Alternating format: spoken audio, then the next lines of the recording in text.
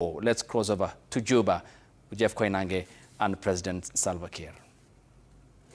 Thanks so much, Ayub. Yes, you are indeed right. We are live in the South Sudanese capital, Juba. The presidency, to be precise, 11 days after the country celebrated 15 years since independence. Our guest tonight, a one-on-one exclusive with President Salva Kiir Mayardit, who has announced that he's running for election this coming December as the country goes to the polls. Mr. President, good to see you. Happy to see you. Thank you, sir. After many years. Many years, yes. And we'll talk about that because the last time I was here was 2019, 7 years. Yeah. A lot has changed in Juba. I'll come to that in a moment. Okay. First, Mr. President, your country goes to the polls in 5 months. Is South Sudan ready for that election? South Sudan is ready for elections because the people would want to elect their leaders and then to get out of this transition. And the transition for the people think that it is not good with them. And so the election is good with them. Mr. President, last time I was here, this country was on the brink of war. It was a terrible time. After that, peace agreement was signed, comprehensive peace agreement. It still exists to this day. It reminds me of Kenya during the post-election violence. You remember 2008. We had a president, vice president, prime minister, 2 deputy prime ministers. It was a big government. You have 5 vice presidents sitting at one table. How is that working for you? It worked because we needed peace. And so we have to make compromises so that we reach where we are today. Has it been tough? It was, but we managed it. What was the secret? Will you want to be the vice president of the government of Kenya? Me? Okay. Then it doesn't come in.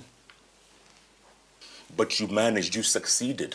Because, the country is peaceful for the most part now. Thank you.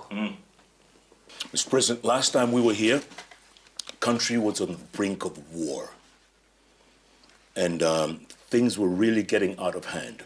But then peace prevailed, comprehensive peace agreement, which has 5 vice presidents sitting at the table. How is that working for you? It worked. It worked, and this is why we reached to this date. Otherwise, it could have not, if we had to turn to another direction. This would have not worked. How did you manage it? Because, like you said, it could have gone the other way. How did you manage it? I really tried all the compromises.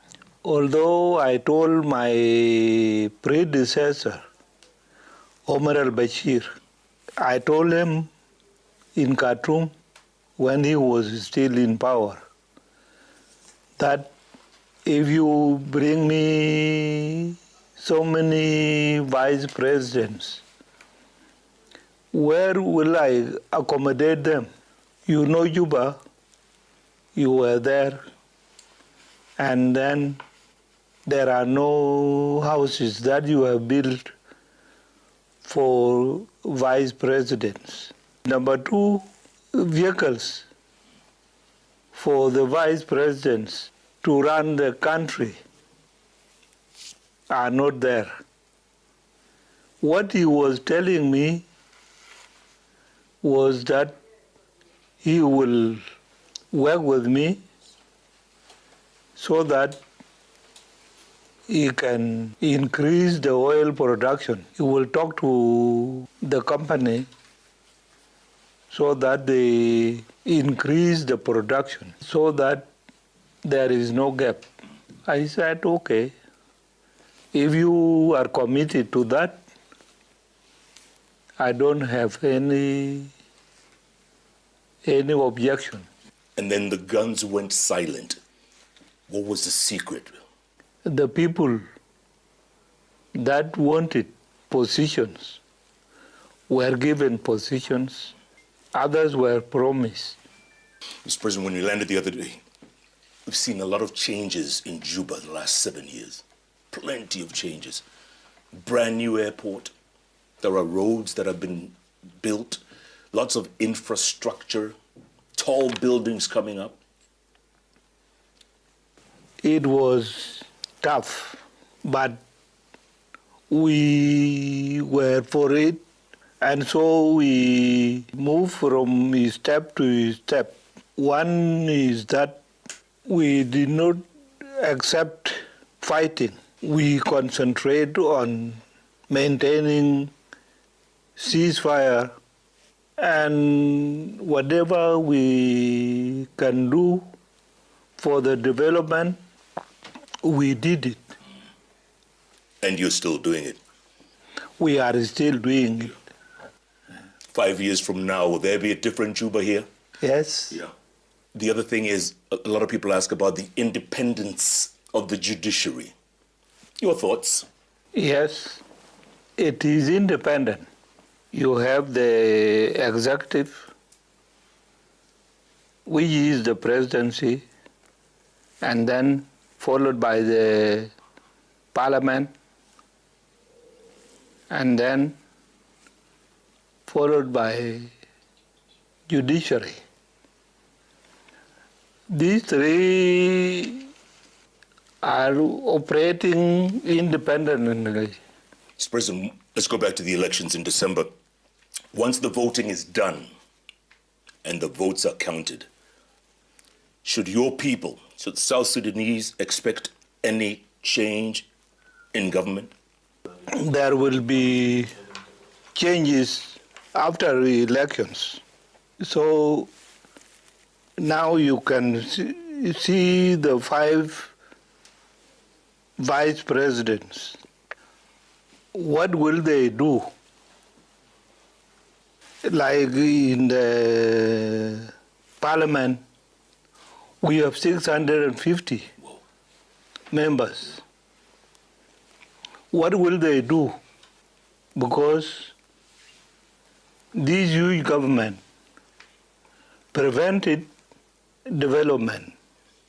So they will have to be reduced so that there is a window of development. Mr. President, with elections, again, barely 5 months away, what message do you have to your people, South Sudanese across this country, and the hundreds of thousands more living overseas? What do you tell them? The first thing to tell them is that to thank them for their endurance. All this long transitional period should have triggered